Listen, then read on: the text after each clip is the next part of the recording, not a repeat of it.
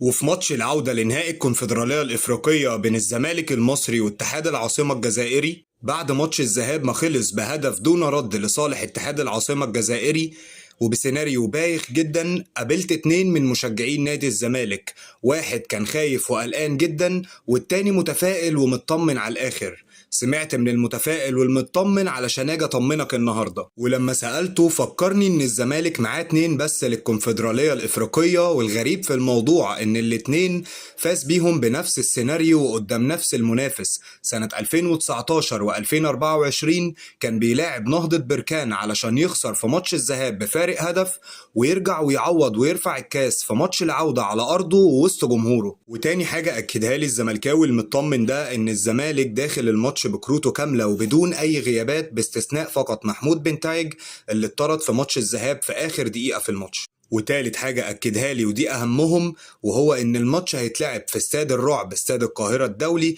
وبالساعة كاملة حضور كامل العدد لجمهور نادي الزمالك. وفي نهاية الفيديو ما تنساش إنك تكتب لي توقعك لنتيجة الماتش في التعليقات، وإنك تعمل لايك وشير وسابسكرايب علشان نكبر مع بعض. سلام.